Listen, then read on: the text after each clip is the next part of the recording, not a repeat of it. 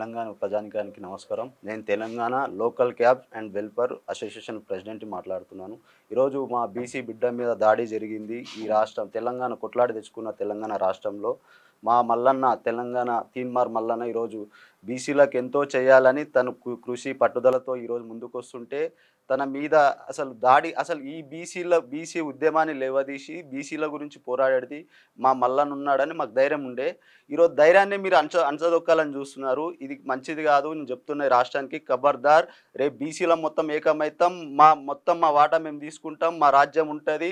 బీసీలు మళ్ళా మేము చట్టాలు తెస్తాం. మీ దొరల గడిలు పలగొడతాం. మేము మా మల్లన్న మీద మీరు ఎట్లా అటాక్ చేసినారు? ఈరోజు చట్టాలు లేవా? రాజ్యాంగం లేదా? ఒక ఆఫీస్ మీద వచ్చి మీరు దాడులు చేస్తారా?